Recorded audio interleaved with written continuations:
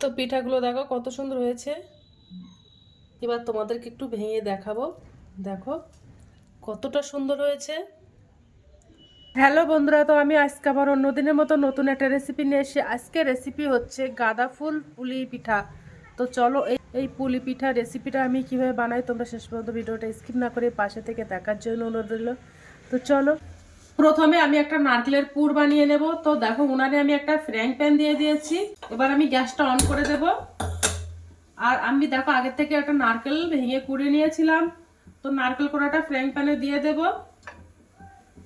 Frying প্যানের মধ্যে দিয়ে দিলাম। এবার আমি হাফ বাটি খেজুরের গুড় দিয়ে দেবো। আর খেজুরের গুড় দিয়ে এই পুরটা বানালে খেতে কিন্তু অসাধারণ লাগে। তো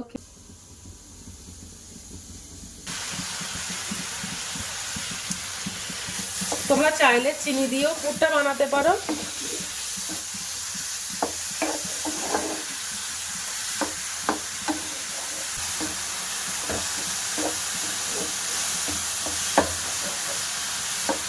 তো দেখো নারকেলের পুরটা বানানো হয়ে গেছে। এবার আমি গ্যাসটা অফ করে দেব। এবার আমি একটা আটার ডো বানিয়ে নেব। আমি এক বাটি জল দিয়ে দেব। হাফ চামচের কম লবণ দিয়ে দেব। 2 চামচ চিনি দিয়ে দেব। চিনিটা দিলে খেতে ভালো লাগে পিঠাটা, তার জন্য দিয়ে দিলাম 2 চামচ চিনি।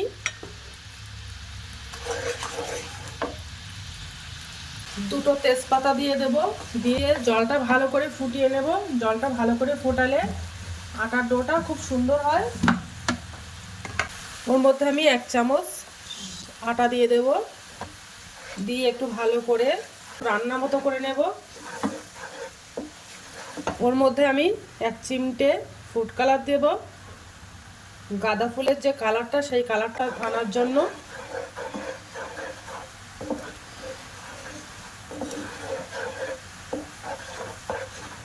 এবার আমি ওর মধ্যে হাফ বাটি চালের গুঁড়ো দিয়ে দেব। দিয়ে ভালো করে আটাটা রান্না করে নেব। তোমরা একটু বেশি বানাতে চাইলে একটু পরিমাণটা বেশি নিয়ে নিতে পারো আটার।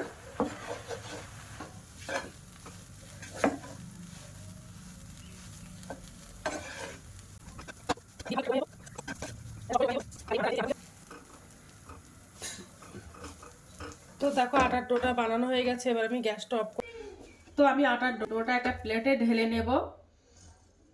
ঠান্ডা করে নেব। নিয়ে আমি এটা ভালো করে একটা ডো বানিয়ে নেব শক্ত করে।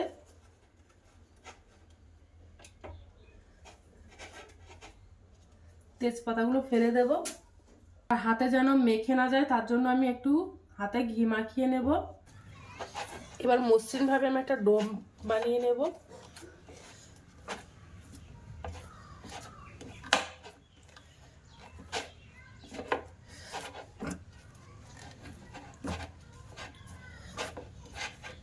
আর একটু হালকা গরম থাকতে থাকতে মেখে নেব, তাহলে মসৃণ ভাবে ডোটা বানানো যাবে আর পিঠাগুলো খুব সুন্দর হবে।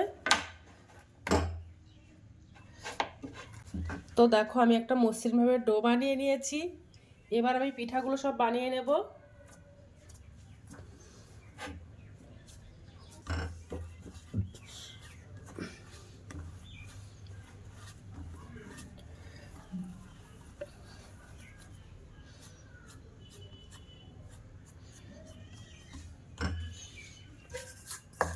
আর এই পিঠাগুলো আমি একটু বড় বড় সাইজের বানাবো, তোমরা চাইলে আর একটু ছোট করেই বানাতে পারো।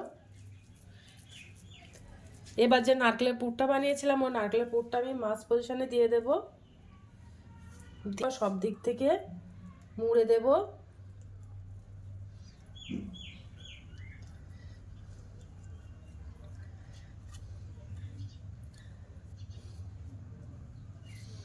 দিয়ে এবার গোলাকার করে নেব।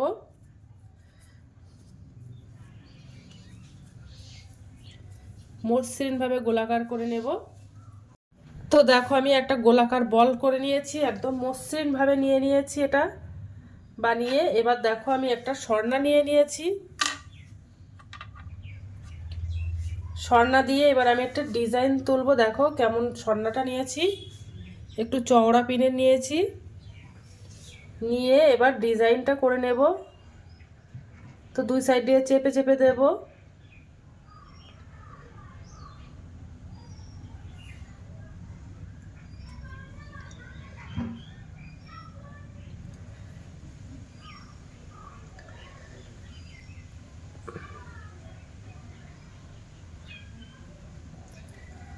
তো এইভাবে চেপে চেপে নেব।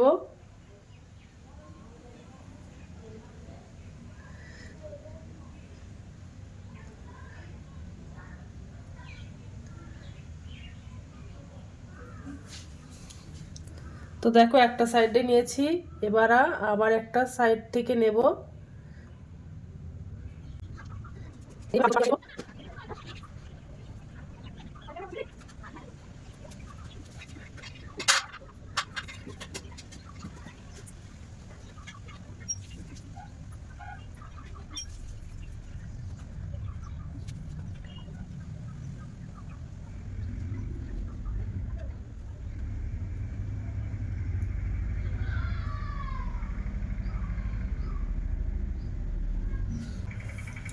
তো দেখো কত সুন্দর গাঁদা ফুলের ডিজাইনটা হয়ে গেছে, বানিয়েছি কত সুন্দর।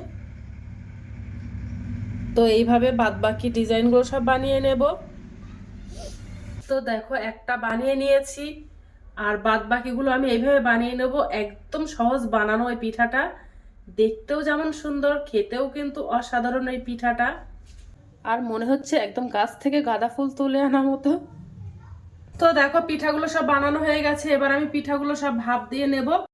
তো উনানে দেখো আমি একটা ছিদ্র থালা দিয়ে দিয়েছি, আর যে পিঠাগুলো বানিয়েছিলাম ওই পিঠাগুলো আমি দিয়ে দেবো, থালার উপরে দিয়ে দেবো, দিয়ে ভাপটা দিয়ে নেব। এবার আমি একটা ঢাকনা চাপা দিয়ে দেব। তো ওই পিঠাগুলো আমি 10 মিনিটের মতো ভাপ দিয়ে নেব।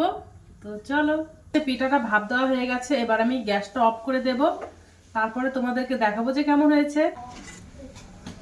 তো দেখো হয়ে গেছে। আজকের দিনের মতো ভিডিওটা এখানে শেষ করছি, আগামী দিন আবার একটা নতুন ভিডিও নিয়ে চলে আসবো। তো টাটা, বাই বাই, সবাই ভালো থাকবে, সুস্থ থাকবে।